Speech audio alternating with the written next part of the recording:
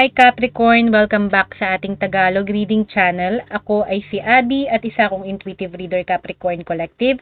So, gagawin natin ang inyong monthly Tagalog reading para sa buwan ng August 2024 Capricorn. Sa mga new viewers natin, welcome po sa ating Tagalog Reading Channel.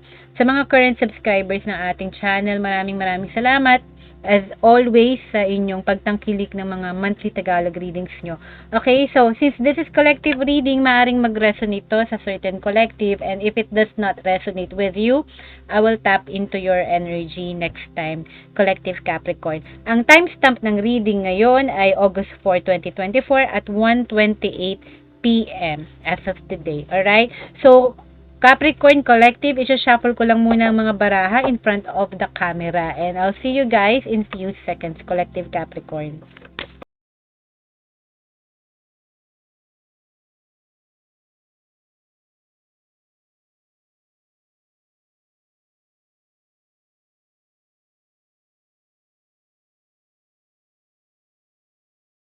Hi Collective Capricorn, sa gawin na natin ang inyong monthly Tagalog reading para sa buwan na Agosto 2024 at 1:30 p.m. exactly. Okay, kukuha tayo ng 7 cards Capricorn pagka hati natin ng 3. Okay. At syempre ang final cut po. Alright, so are you ready? Okay, position 1, second position, ang pangatlo, kita ba sa camera? Yeah. Ang 4, 5, ang 6, at the center. Okay? Alright, Capricorn. Simulan na natin. At position 1, yung mga bagay na kailangan mong i-release o pakawalan or completely masyadong na-stagnant, and finally, it's about time na mag-catch up. No? Hold your vision daw, fixed moon. So, I felt like, in the past, medyo, we lost our way, no? We lost astray, we lost our focus. Okay? So, ang sinasabi dito, redirect back, no? Kung once lost ang ating focus sa isang bagay or situation. Okay? So, may situation na dapat pagtuunan ng pansin, pero for some reason, baka it's either parang we're turning blind eye, no? Nagpe-pretend tayo it's not there, or hindi natin nakikita or nararamdaman, or hindi tayo aware, but it's there. No, hindi natin ganun katapang na harapin, or hindi natin pinagtutuunan ng pansin. Meron kasi we're keeping it at bay, no? Pero hindi mo talaga willing i-face yung situation or yung connection at the moment. Whatever it is you're dealing with, no? So, it could be sa family situation, sa personal relationships mo, sa love life, or even sa career or other situations that may arise at the moment na iniiwasan natin or nawawalan tayo ng focus. Okay? So, ang sinasabi dito, it's not about time na kung saan tayo titingin. Okay? It's not about time na maging distracted. Okay? You know kung ano yung vision na yan. Kung ano yung intention na yan. Yung pinaka top priority mo as of this time. So, ibalik mo daw yung attention mo doon, no? Wag tayong madaling sumuko or madaling mag-give up, okay? Paglaanan mo ng matindi na effort yung vision na yan, okay? Eyes on the prize, kumbaga. Okay, Capricorn. Now, kasi pwede kasi itong yung vision na yan is parang tinitingnan mo yung buwan, no? So, fixated tayo, no? So, it's like so near yet so far. Diba? So, it could be may 50% kang doubt that it could happen. May 50% of doubt na baka hindi magkatotoo. But at the same time, may 50% of hope. Kasi, kalahati to ng buwan, no? Yung kalahati dyan hindi visible, no? So, half moon, no? So, fixed moon siya. So, still hold your vision kasi hindi siya totally wala o nakikita mo, natatanaw mo, diba? Okay? It's only a matter of time na mabago ang sitwasyon. Okay? Now, sa second position naman, Capricorn, yung kailangan mo ipagpatuloy, void of course moon. So far sa Libra, hindi lumabas tong gantong klase ng buwan. Void of course moon. Nothing will come out of the situation. So, ito yung kailangan mo ipagpatuloy. For some reason, why do I feel like may isang situation ka na you're trying to fix, no? But at the same time, the card or the signs are obvious na hindi siya mag-work out. Okay? Para mag-take advantage sa'yo. Okay? Mailing in yung mga tax return mo. Okay? Pwede rin na may sabihin ka sa isang tao na unpleasant or aminin natin sa employer natin, gumawa tayo ng na nakagawa tayo ng mistake. Okay? Honest mistake. So, this is the perfect time to take action. Kung kailangan mong iwasan yung mga unpleasant repercussions of ng mga things na ginagawa natin. Alright? So, it could also mean na you are at the edge of something na bago, pero you're not ready to make a move.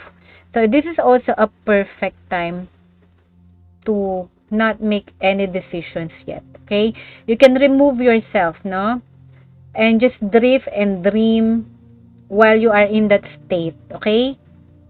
It can be a parang wonderful experience as well for you. Okay? Because you know, nothing will come out of that situation. Alright, Capricorn? In astrology kasi, it means that the moon passes into new sign every 2 to 2.5 days. Okay? So, may tendency na magbago ang ating mga nararamdaman at iniisip. So, this is what you need to continue doing. Okay? Like I said, it's a perfect way to avoid consequences of the actions. Okay? It's either you're admitting or something like parang first base cure or treatment or trying to fix it immediately. Okay? So, yung void, of course, is the period of parang, it's creating final situations, no? No, you are, parang, the moon is making that final aspect before leaving a zodiac sign. And then, bago pumasok sa bagong sign. So, it's more like a transition period. Yun ang ibig ko sabihin dito. Alright? So, take that transition period as a learning experience, no? And parang to take actions, no? Sa ating mga ginagawa to avoid further consequences. Okay? Yung kailangan mong pagpatuloy, Capricorn. Okay? Para hindi lumula. Para, kasi sa media, di ba, they do damage control. But don't take it that way. Parang ganun yung the thing, but this is an inner work, no? Some people kasi sa media, they do damage control to protect something or someone, diba? Para hindi sumama ang image, no? It's more like PR. But this is an inner work, no? It doesn't really, on a context similar ng goal, diba? Or ng intention. This is for your benefit, okay? So, nagbabago-bago, diba? Like, after 3 days, aalis na naman to sa isang zodiac sign, papasok sa bagong zodiac sign. So, it could be medyo may changes, no? So, you have to parang umiwas munang gumawa ng mga actions while ang moon is void, of course, or while yung situation mo is maybe fluctuating. Diba? Yun ang ibig sabihin dyan. Alright? Intuitively. Now, sa third position mo sa manifestation, Capricorn, nandyan ang a time to give rather than take. New moon in Virgo. Pag new moon, guys, is ayan, ang itsura, diba?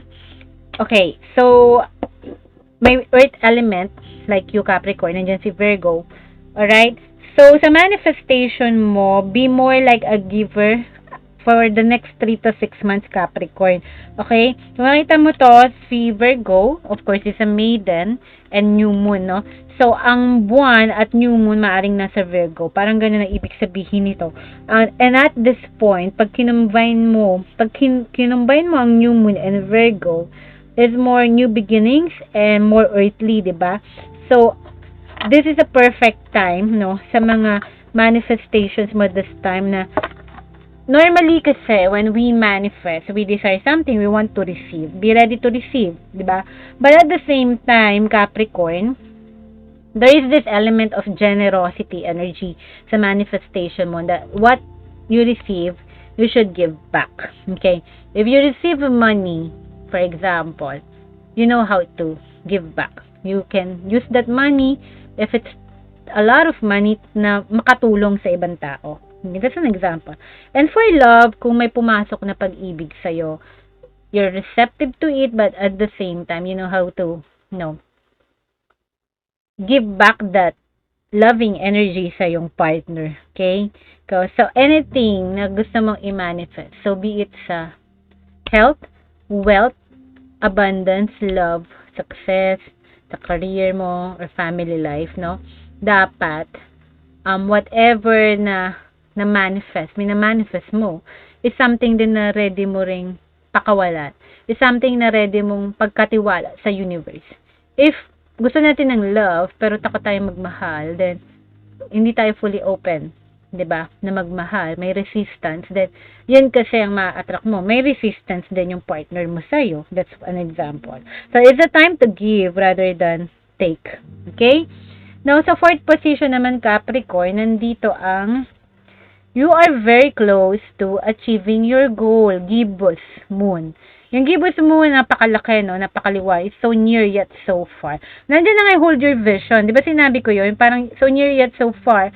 At yan ang external energy, pinatotohanan, you are very close to achieving your goal, Capricorn. Yun ang sabi. And ang Gibbous Moon is, ang Gibbous Moon is like certain phase siya ng moon na parang pag tinignan mo, it's bulging outward, di ba? Parang ang lapit sa'yo.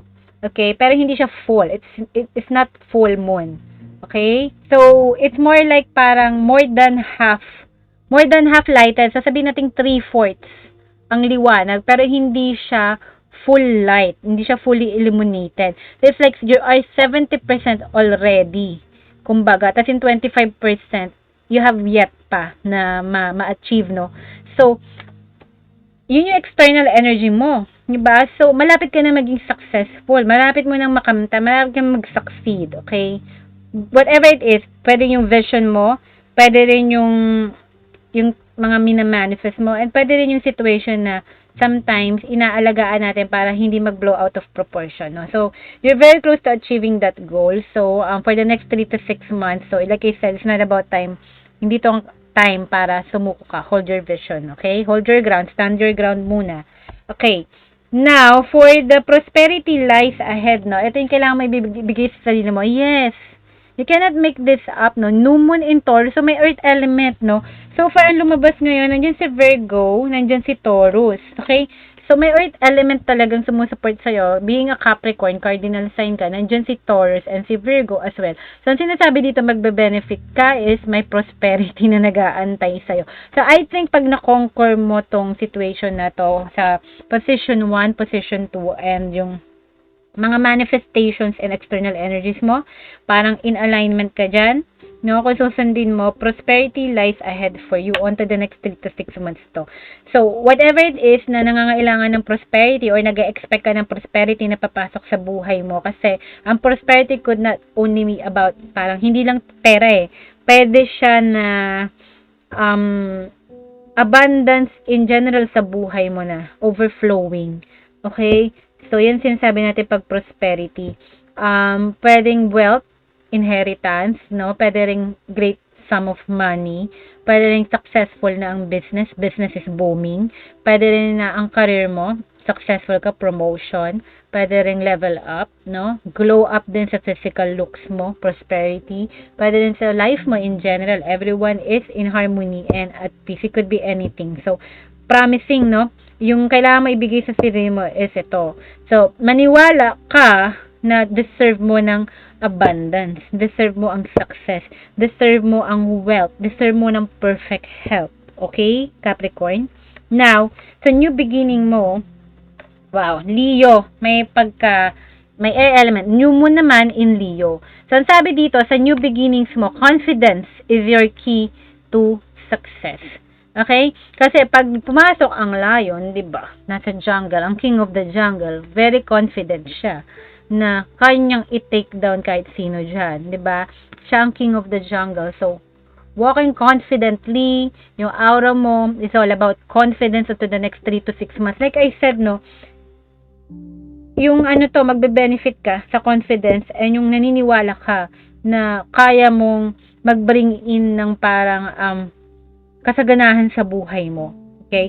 i-change mo yung self-concept mo. And ang self-concept mo sa sarili mo, be more confident. Yan ang key daw sa success mo sa mga bagong simula. Believe, no? Own your thought, believe in your thought na kaya mo magdala ng kasaganahan sa buhay mo. No? Magiging maalwan ang buhay mo, na magiging millionaire ka, na mawawala, mababayaran mo lahat ng mga utang mo. Believe in it, own to that new thoughts. Yung bago mong self-concept, yung bago mong nararamdaman, baguhin mo. Okay? Kasi confidence will take you sa mga bagong simula. So, parang ngayon, baka ang baba ng self-esteem natin, tanggalin natin yan, Capricorn, okay? The next 3 to 6 months natin. Pataasin mo ang self-esteem mo, pataasin mo yung vibration mo. Kasi pag nasa low self-esteem tayo, medyo mababa yung frequency na yan. The more na mataas tayo, the more na-attract natin lahat ng magagandang frequency, di ba? Sabi nga ni Nikola Tesla na it's all about frequency, energy, and vibration. Okay? At naniniwala ako dyan. Now, kasi mababago yung reality mo, magiging positive lahat ng makikita mo. Have you wondered, kung nasa mall ka, ang ganda ng energy mo, tapos lahat ng lumalapit nakaka-interact mo sa mall, diba? Parang good natured. So, it's all about you. These people are just messenger telling you kung sino ka. So, if confident ka, you'll attract more trust, more friendship. If you doubt yourself, you will manifest more doubt. Ganun yun, Capricorn. Okay? Now, at the center, new moon na naman. Okay? So, yung 5, 6, 7 mo, sunod-sunod na new moon is, of course, let's see, sabi dito, meditate and contemplate, new moon in Pisces. So, what you have not yet to learn, or parang gagawin mo, or kailangan mong matutunan dito is, when was the last time nag-pray tayo, or nag-work tayo sa ating spiritual side, no, sa ating inner work, okay? It doesn't have to be spiritual, could be also inner work mo lang, yung trying to parang i-improve yung sarili mo, okay? Or kailangan mong i-clear yung mind mo and yung feelings mo, parang i-reprogram natin yung thoughts and feelings natin. Kailan yun? Okay? So ako, natutunan ko yan recently. I wish I have known it years ago pa. No, nung bata pa ako in my 20s, then maybe my life could have been much better, no? Pero I believe wala tayong timeline dito. I've learned in my 40s now, but yeah, I'm still grateful, no? At least we better learn than going to our next life na without learning this, di ba? So meditate and contemplate, and it's up to you how you will do that inner work, okay? So Capricorn, ito yung reading mo for the month of August 2024, and maaaring mag-resonate to onto the next 3 to 6 months, Capricorn Collective. Natapos ang reading natin sa timestamp na 1:50 p.m. today, August 4, 2024. And since this is collective reading, if it doesn't resonate with you, I will tap into your energy next time, Capricorn. And I'll see you guys on your next month reading. Take care, God bless, and mahal ko kayo, Capricorn. Bye!